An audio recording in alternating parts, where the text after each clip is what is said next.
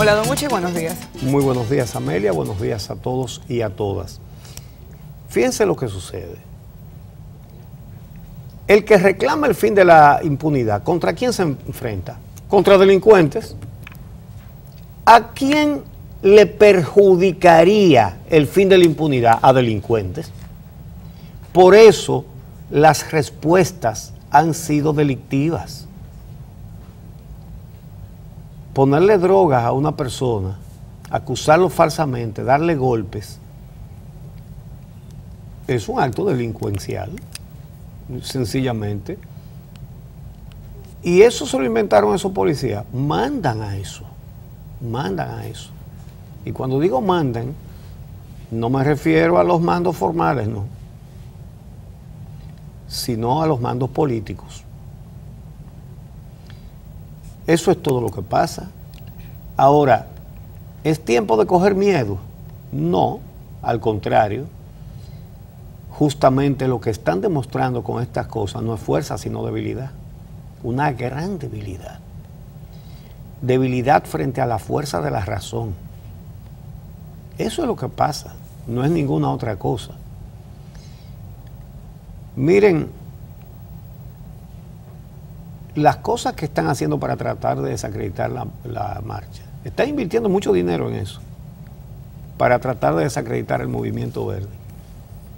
Miren, se buscaron a un narcotraficante, un tipo que ha sido deportado de los Estados Unidos por eso, y lo infiltran en una marcha. El individuo estratégicamente se pone detrás de Manuel Robles, uno de los dirigentes del Movimiento Verde, y le sacan una foto. Mírenlo ahí con un narcotraficante. Hasta eso están haciendo. Y hay otros delitos que están cometiendo. Estoy terminando de reunir unos datos y posiblemente mañana lo voy a comunicar. Delitos cibernéticos. Así que por ahí es por donde le duele.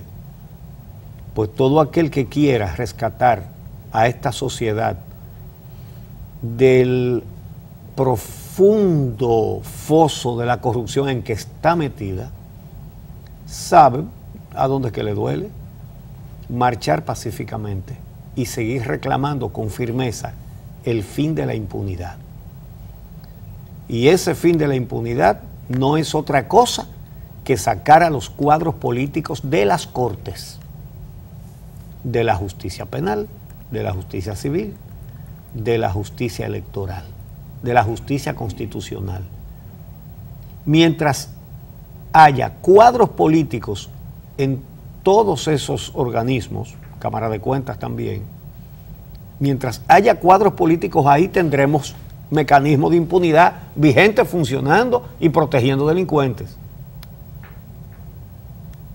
De manera que hay que seguir reclamando el fin de la impunidad, que no es otra cosa que reclamar que salgan los cuadros políticos de las cortes. Entonces, por otro lado, hay tantas cosas que el Ministerio Público, bueno, hay que decir que hay que reconocer la actuación del juez de Moca en el caso de este señor Comprés, que el Ministerio Público pidió como medida de coerción presentación periódica y el juez dijo no hay ningún motivo, es suelto, es libre, completamente libre. Esta acusación es inconsistente, es incoherente. Punto. Es decir, el juez liberó de toda imputación a la víctima de este atropello. Pero sobre el Ministerio Público, a quien el juez le dio su arrugón, justamente con esa decisión, debería haber descubierto tantas cosas si funcionara, que usted toma en consideración los trabajos que hacen Alicia Ortega y Nuria Pierre, y usted dice, pero ven acá, ¿cómo es que estas periodistas, que tienen a su servicio a uno o a dos periodistas de investigación, descubren mucho más cosas que lo que descubre el Ministerio Público, que tiene cientos de fiscales, todos ellos con el respaldo de la fuerza pública y con acceso oficial a todo lo que quieran investigar? A los que no se les puede ocultar lo que vayan a averiguar. Hay que entregarle todo. ¿Y cómo es que estas dos periodistas descubren mucho más cosas que aquellas de las que se ocupa el Ministerio Público, que pagamos todos los dominicanos? Es una respuesta fácil. Voluntad. que quieren interés. Hacerlo. Entonces, miren, Alicia Ortega presentó anoche un trabajo y una entrevista con Diandino Peña.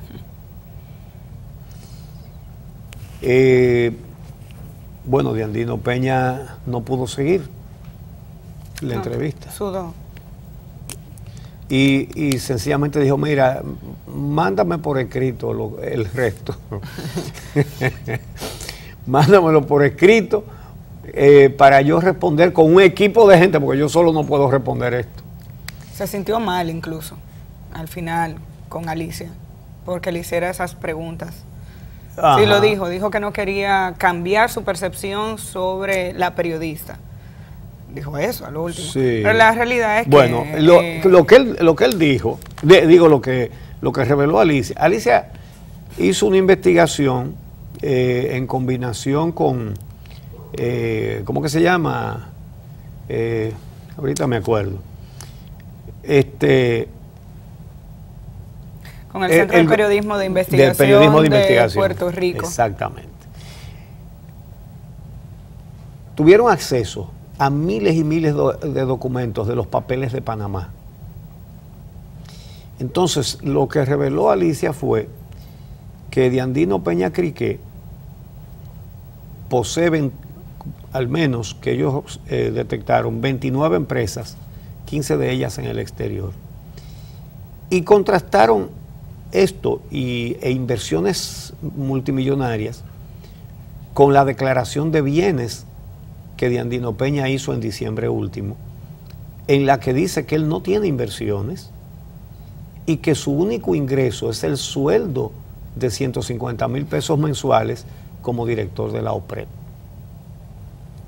Entonces, ella simplemente contrastó esa declaración de bienes con los bienes que ella comprobó que él posee.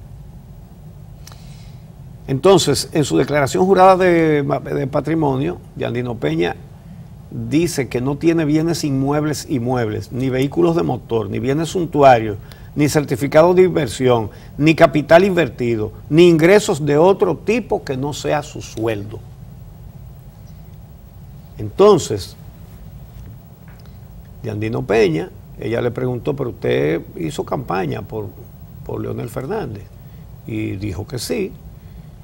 Y desde su primer periodo, Leonel Fernández dio una sorpresa, una cosa de la que él no había hablado, ni había ofrecido, ni era una promesa electoral, ni estaba en ningún programa de gobierno. Él dijo, se va a hacer un metro, y el director es Diandino Peña. Recordémoslo, ¿verdad? Él empezó con los túneles. Él anunció en la capital, no, porque el metro fue en el segundo gobierno, fue para el 2004. Pero sí, las primeras grandes obras de Diandino Peña y su actuación en el gobierno inicia en el gobierno 96-2000. Fue en el segundo, pero lo anunció en el discurso para el 2004. De toma de posesión. Del 2004. Sí.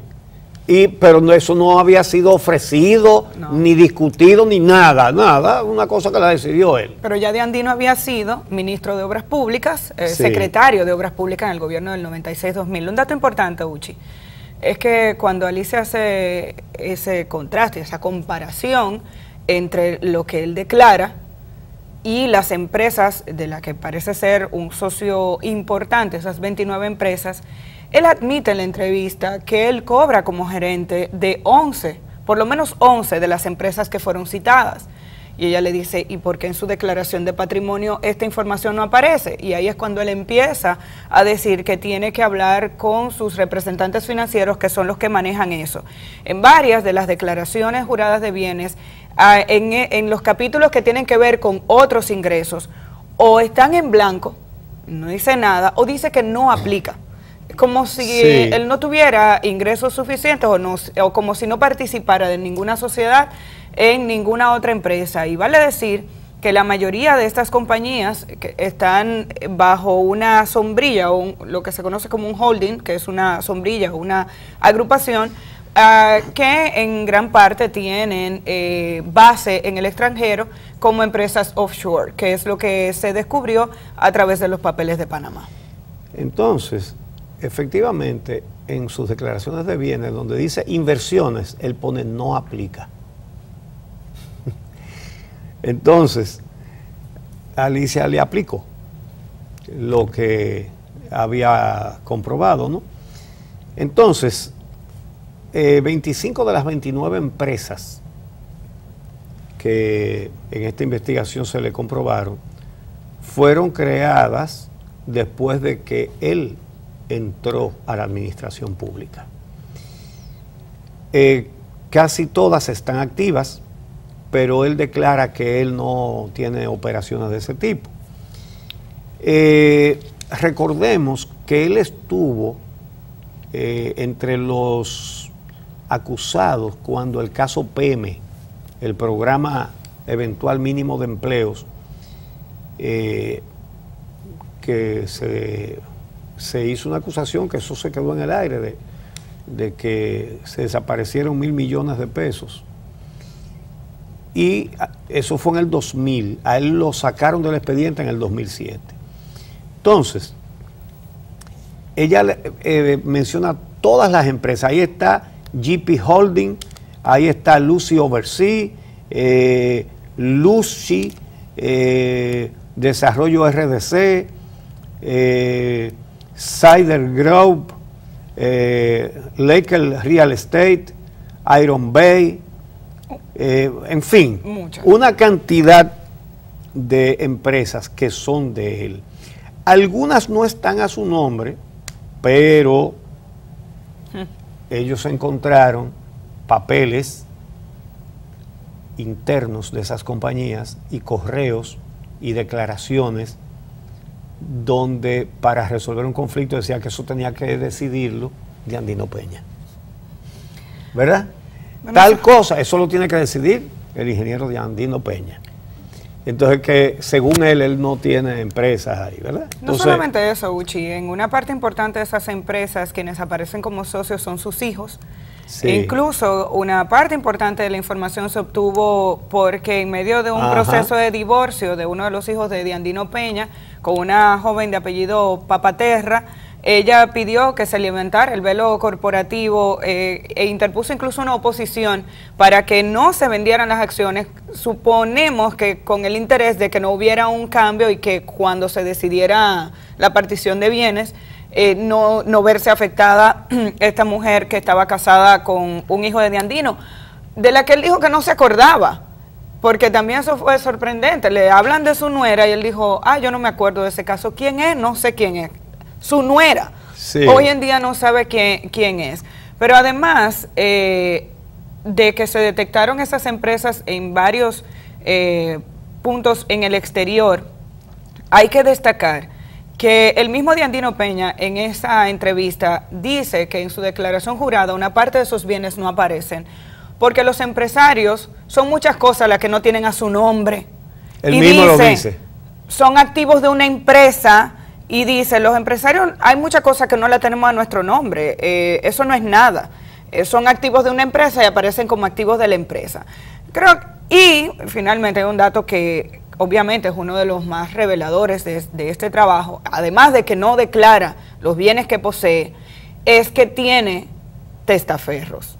Porque hay un señor desconocido para la opinión pública llamado Demetrio Rodríguez Ramos que de manera muy inocente, él mismo le dice, no solamente a Alicia, sino a otra periodista que trabaja con ella, le dice Que sí, que él cuando el ingeniero de Andino Peña le manda documentos para que los firme, él los firma y él aparece prácticamente como el principal accionista de una serie de empresas, incluso fue contratista de la línea 1 y la línea 2 del metro, y el señor lo admite, Demetrio Rodríguez Ramos, dice a nombre de una compañía primero y después a nombre de otra compañía, y dice, pero fue como un negocio, tú ves, el ingeniero me mandó para que firmara unos papeles, eso fue como un negocio en el que él estaba metido y yo firmé. Eso es, yo dirijo esta obra y soy contratista de la obra, pero lo pongo a nombre de Píndaro de la Cruz, y el negocio es mío, pero aparece Píndaro de la Cruz.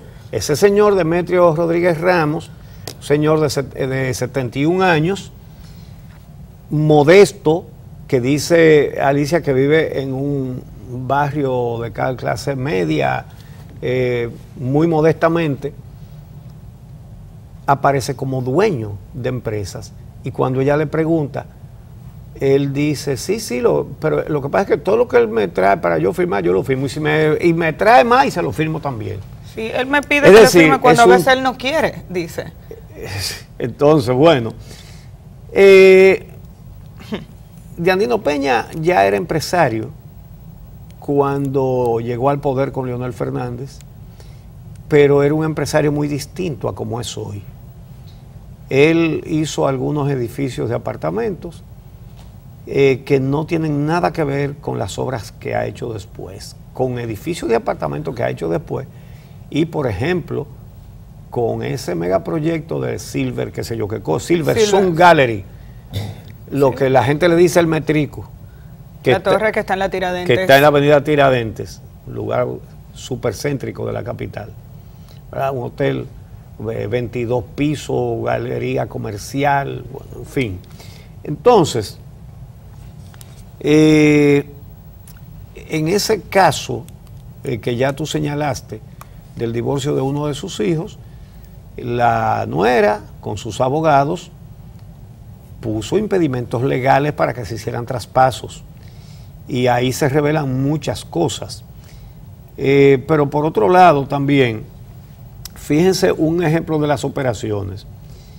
Dice la investigación que hizo Alicia que GP Holding es dueña de 2 empresas extranjeras registradas en las Islas Vírgenes Británicas, todo eso es de Andino, el Sider Group y el Lake Real Estate.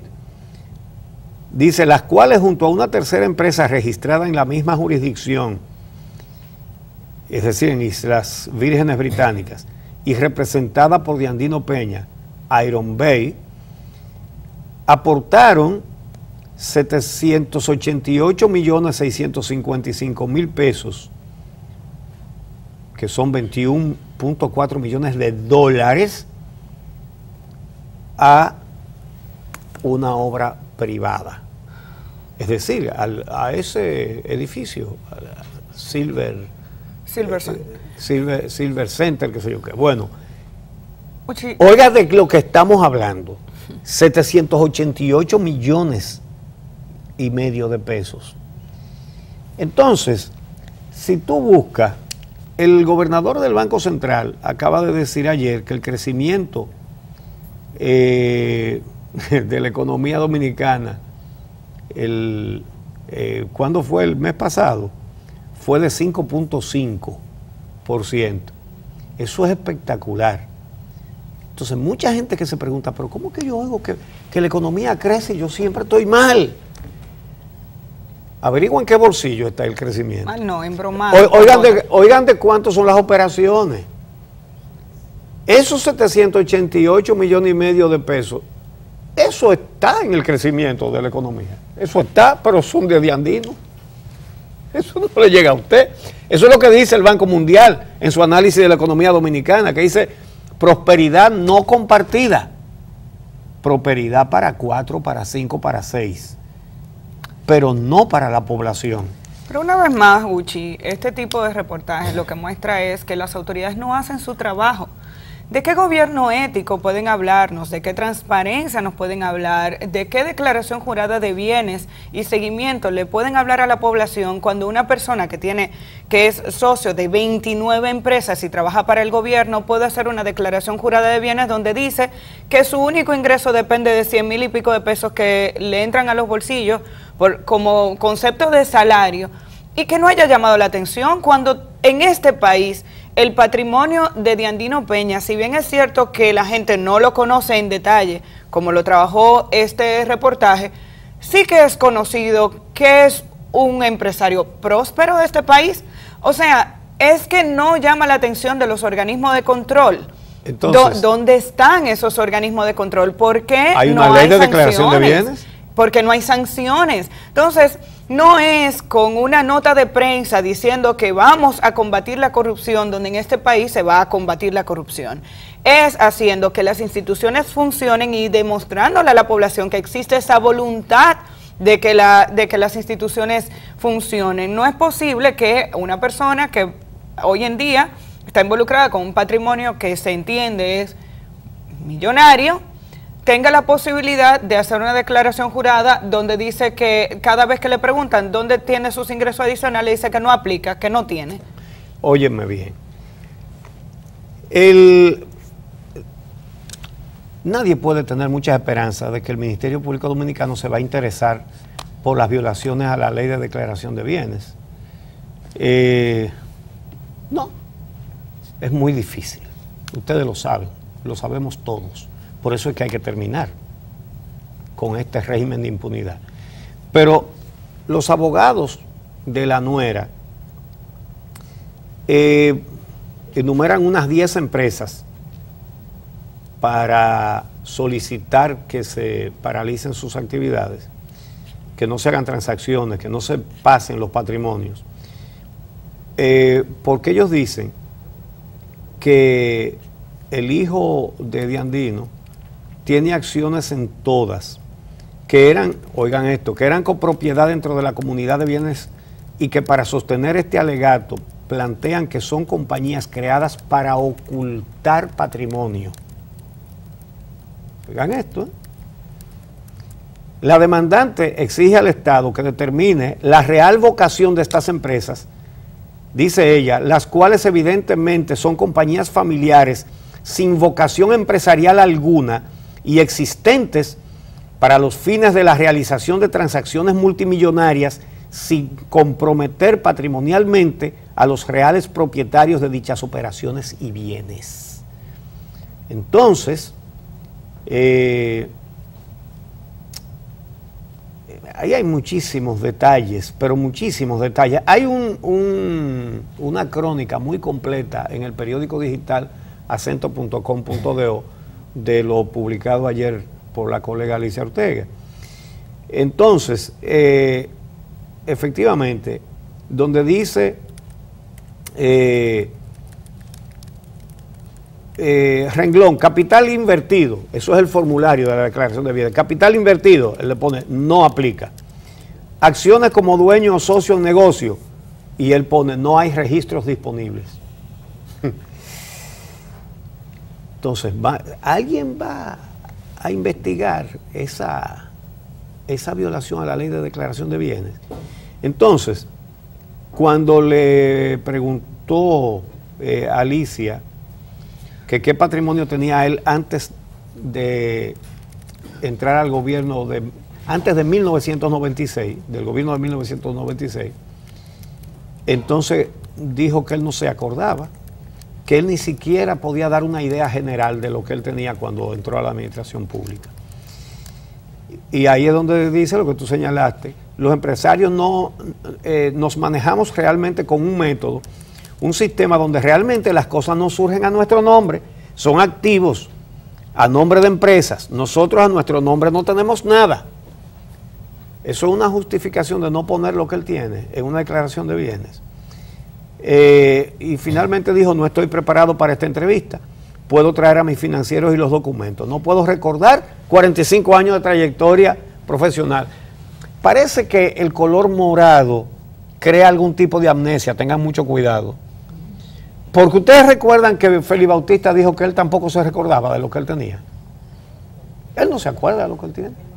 Bueno, pues mire, el mismo tipo de amnesia le dio a Diandino Peña en esa entrevista. Él dijo en un par de ocasiones que cada una de esas empresas pagan sus impuestos, que es una de las informaciones que vale la pena que las autoridades se interesen en saber, ¿no?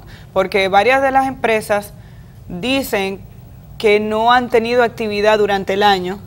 Sin embargo, fueron de esas mismas empresas, tengo entendido, algunas de esas empresas son de las que participaron en el suministro de recursos para Silversun. Exactamente, así mismo. Entonces, no han tenido actividad durante un año, no reportan, y eso significa que ante la DGI esas empresas pagan el mínimo de impuestos solamente para mantenerse abiertas. Entonces, están transparentes esos registros económicos. Él dice que sí. Ahora se comprometió a entregar información financiera que posteriormente no suministró, según lo que dijo Alicia en su reportaje de ayer.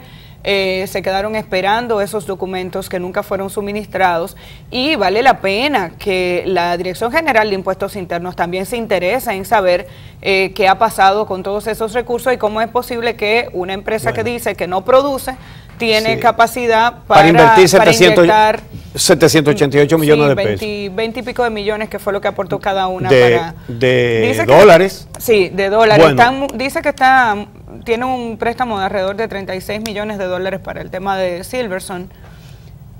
Y dice que ¿algún banco le presta a una empresa inactiva?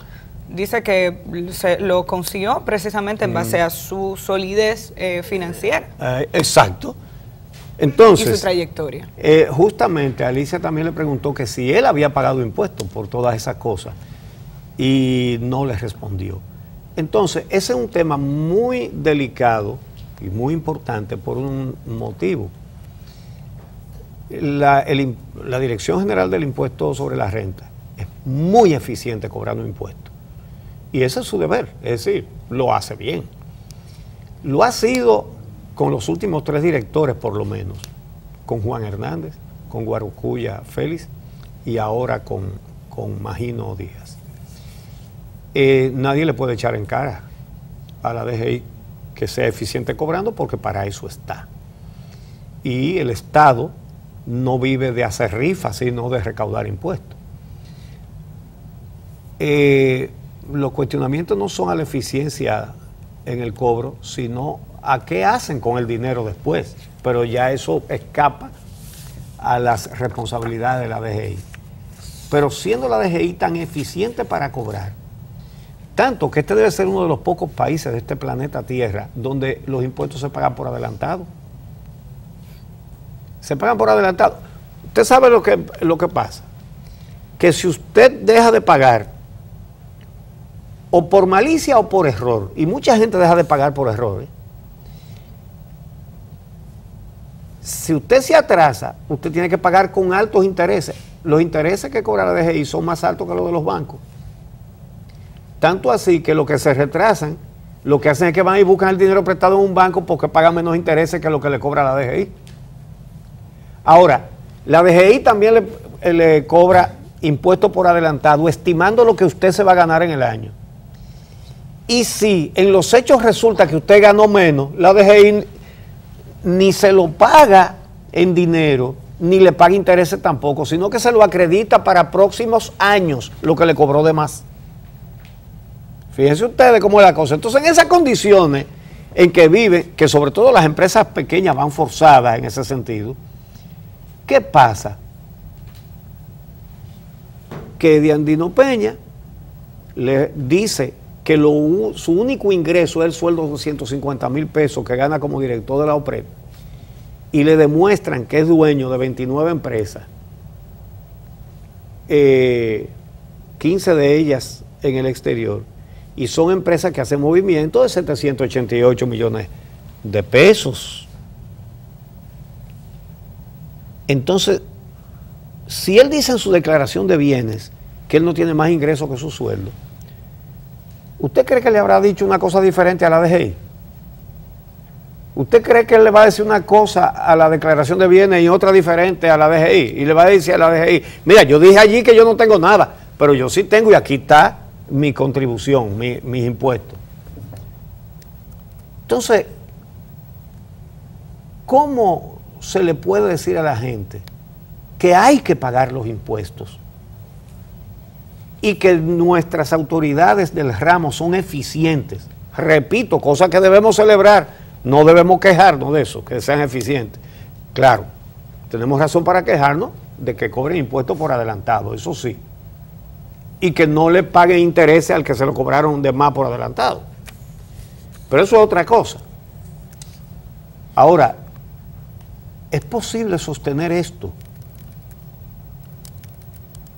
con un funcionario? Y ese es uno, que dice que sus únicos ingresos son los de su sueldo y hace inversiones, una de ellas de 24 millones de dólares, una de ellas de 24 millones de dólares. Ustedes recuerdan en el proceso que bloqueó la Suprema, que bloquearon los cuadros políticos que tiene el Partido de la Liberación Dominicana en la Suprema Corte de Justicia frente a Félix Bautista, que no paga impuestos tampoco. Y resulta que él tiene muchísimas empresas que son de él y él la tiene disfrazada, así como De Andino tiene a ese señor, apellido, ¿cómo se llama?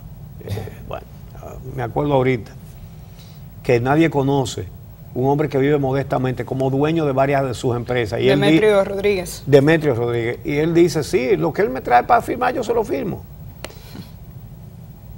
Óigame, pero las empresas que Félix Bautista sí reconoció que son de él tiene otras que son así, pero las que él reconoció que son de él, incluyen a una constructora Rolfi, que en Santiago construyó 850 apartamentos, en la ciudad de Santiago nada más.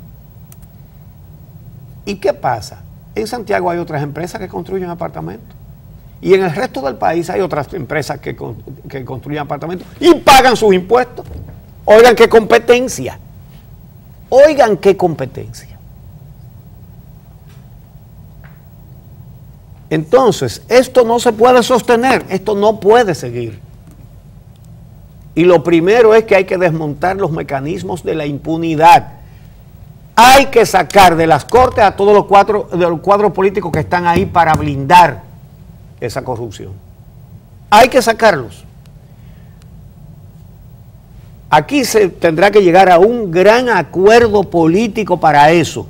Cuando hablo político, no de partidos.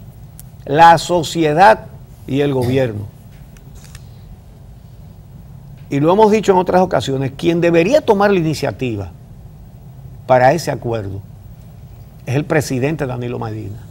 Él debería tomar, para que tome la iniciativa, porque hasta ahora el gobierno y el partido lo que están dando son palos a ciegas, tropezones y faul.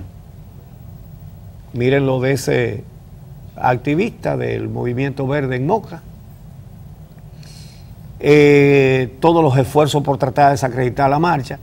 Repito, eso que le hicieron a ese joven de Moca no es raro. El que reclama el fin de la impunidad se está enfrentando con quienes, con delincuentes, con los que están protegidos por los mecanismos de la impunidad, son delincuentes. Y las respuestas van a ser delictivas. Obviamente. No se puede esperar ninguna otra cosa. Son respuestas de delincuentes. Ahora, la sociedad tiene que sobrevivir. Y el presidente es la persona que puede darle una salida a todo esto, encabezando, tomando una iniciativa y convocando un gran acuerdo nacional para sacar a los cuadros políticos de todas las cortes, de justicia penal, de justicia electoral, de justicia civil y de Cámara de Cuentas. Hay que hacerlo. independientemente de los plazos y de cuánto van a durar y lo que se sienten jóvenes que dicen que van a estar ahí hasta que sé yo, hay que sacar a los cuadros políticos de las cortes. Y los sustitutos no pueden ser inventos, ni otros políticos que sustituyan a estos políticos. Jueces de carrera, de los que están ahí, que hay muchísimos que son honestos, muchísimos. Uchi, tenemos que hacer la pausa. Hoy en el espacio estelar del día vamos a hablar precisamente de un informe sobre corrupción y riesgo social en República Dominicana que presenta Enodo Global. Estarán con nosotros Jim Cisco, presidente de esta institución que se encarga de hacer este tipo de estudios, y Luis Soto, que es el encargado para América Latina. Vamos a conocer los detalles de este informe que acaban de producir. Y antes de despedir este segmento, quiero expresar nuestra profunda pena por el fallecimiento del veterano periodista Santiago Estrella Veloz en el día de ayer. Santiaguito, como le decíamos todos sus colegas, no creo que exista nadie que no apreciara a Santiaguito Estrella Veloz, que acaba de fallecer a la edad de 74 años. Él fue un destacado periodista, sobre todo en el Listín Diario, donde cubrió grandes acontecimientos de la vida nacional. Puso mucho énfasis en advertir sobre el proceso de desaparición de muchos ríos en la República Dominicana. Hizo innumerables trabajos periodísticos sobre ese tema, pero además él fue el creador de una fundación para dotar de válvulas y operaciones a niños hidrocefálicos. Eso funcionó durante décadas, viene funcionando, fundada y dirigida por Santiaguito Estrella Veloz. De manera que ha fallecido un excelente periodista, un hombre con sensibilidad social y además un hombre bueno, que yo creo que es un título nobiliario más importante que rey, duque, marqués, conde. El título de hombre bueno es el título de mayor nobleza y ese título lo ostentaba Santiaguito Estrella Veloz. Así que un abrazo de solidaridad a su esposa Altagracia, a sus hijos Santiago, Xiomara, José Manuel y Julio César. Vamos a hacer la pausa, retornamos en un momentito.